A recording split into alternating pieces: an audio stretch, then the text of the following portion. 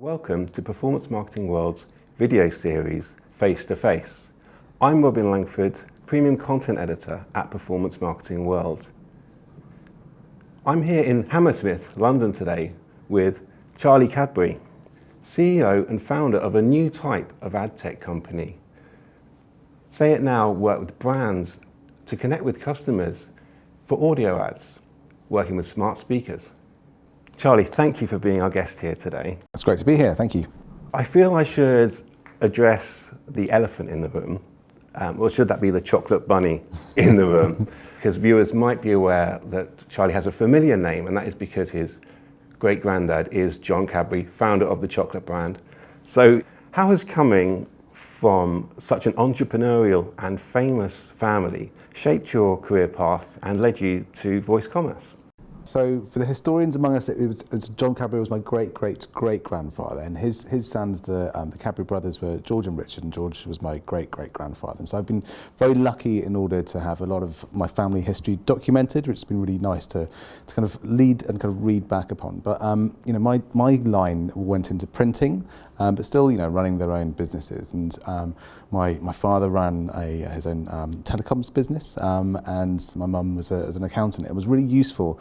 I started doing my own thing relatively early. At the age of 8, I would pick up apples we had a small garden with some apple trees, and I'd pick up the apples and I'd take them in a wheelbarrow and go around knocking doors one by one, selling these apples. And it was only years later I realised that our house had been built on a block where everyone had an apple tree in the garden, right? So they let me do this, and I kind of learned, and it was, you know, my 8-year-old smile that might have got me some apples sold, but I kind of learned that it was quite nice to make money on my own. And then, you know, I went on a entrepreneurial journey myself, starting my first business when I was 24, but I made loads of mistakes. Lots haven't worked out, but you know, I had a lot of support from you know, my parents, my family, who was, you know, always say, well, this is great, this is a learning journey. I still kind of bring this mentality to school every day. You know, every day is a school day, and I'm very much learning as I go along. I think that's, you know, everyone in the world is. Absolutely, and that's great to hear that entrepreneurial spirit so early on. The audio ad market is booming, but it's still in the very early stages of growth. And you could have chosen all sorts of sectors for ad tech. What convinced you to take the risk and be one of the first to market in the audio ad sector?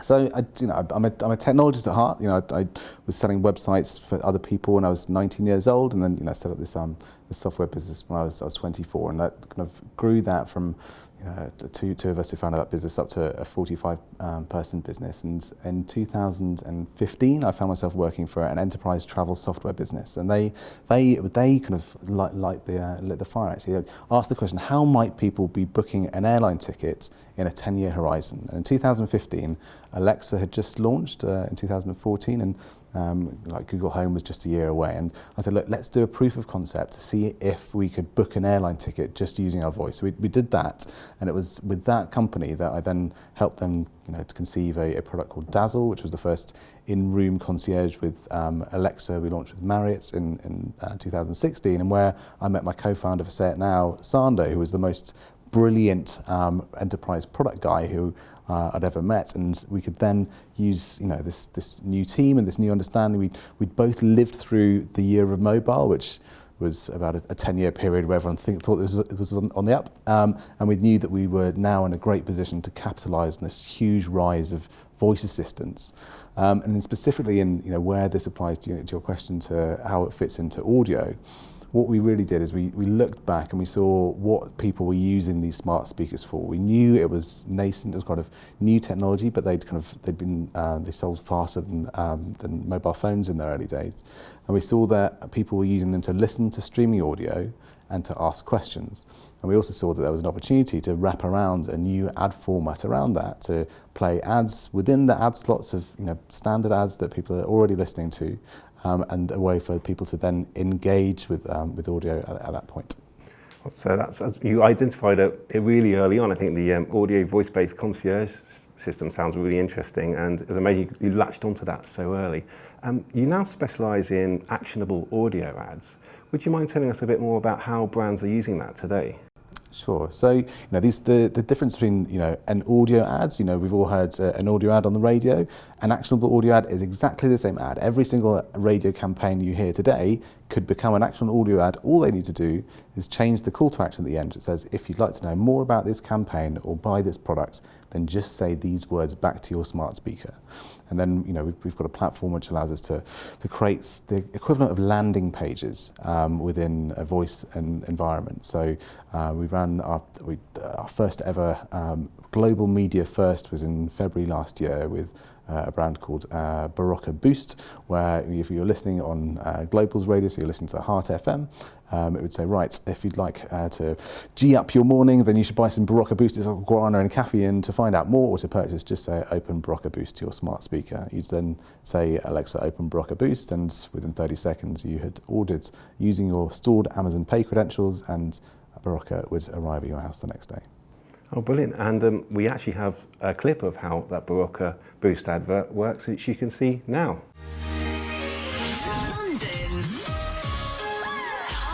Right now, the weather is cold and wintry. You can expect yet more morning Zoom calls. Oh, sorry, I always feel tired on days like this. If you feel this way, try Barocca Boost. With caffeine to improve alertness and vitamin B12 to help reduce tiredness and fatigue. Switch on your Monday morning. Say launch Barocca Boost on this device now.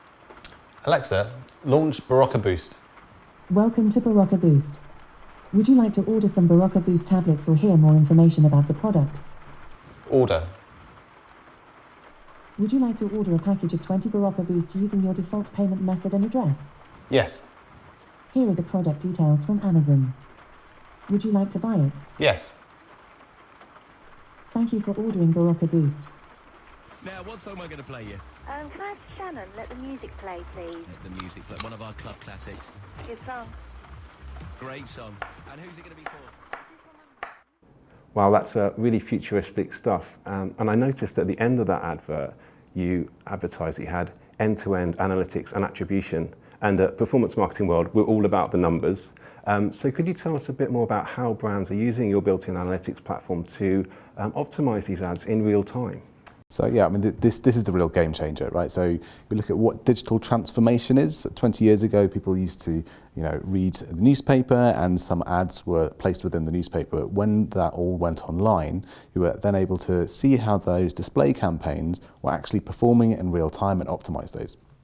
They haven't had the parallel concept in the world of audio until now. So now the parallel to the display campaign on web is now the standard audio ads. The kind of parallel to the engagement or the click, we have a voice call to action where you say, Alexa, open Barocca Boost in this example.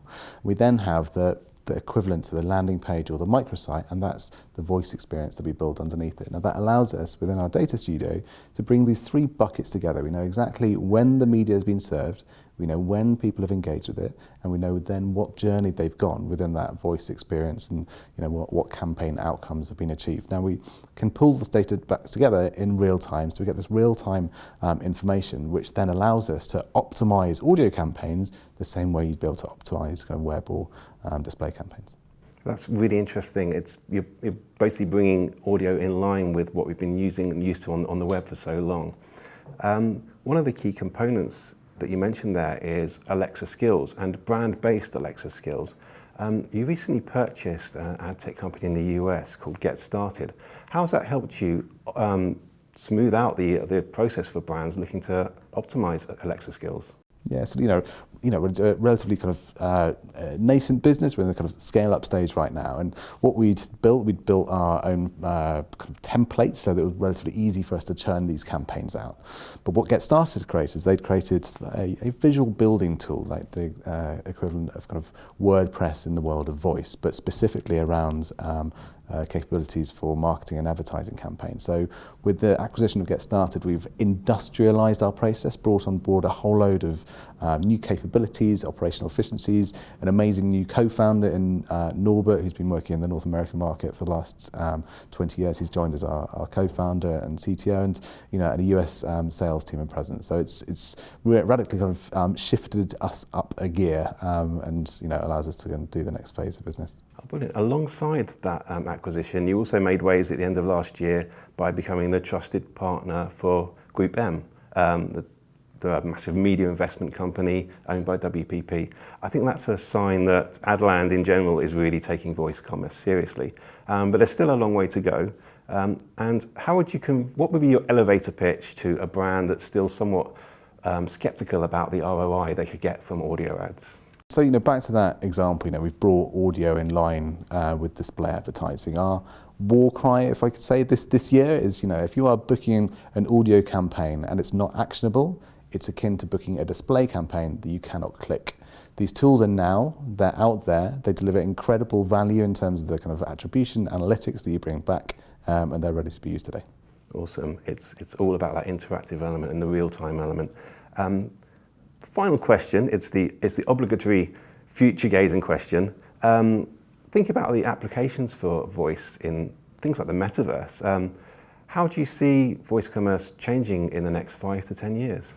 So we've got a really good view of this, right? So we've got the global trademark for actionable audio ads. The next phase is then actionable TV ads. The next phase is actionable outdoor ads, being able to use those three kind of pools of media to drive towards a voice engagement. Now, when that goes beyond physical real-world engagement, we are already talking to brands about how they would want to sound, interact, and engage within the metaverse, and that's all built on the kind of the core tenets of the platform that we have right now. We're at the beginning, many brands are at the beginning of their journey in voice. They're taking their first steps, they're building their first Alexa skills, Google Action, and our platform is built so it can be forward compatible. So when Apple releases Siri's dev kit and we can then incorporate Siri, then that will come into our platform. Samsung releasing Bixby in their smart speaker this year as well in the UK.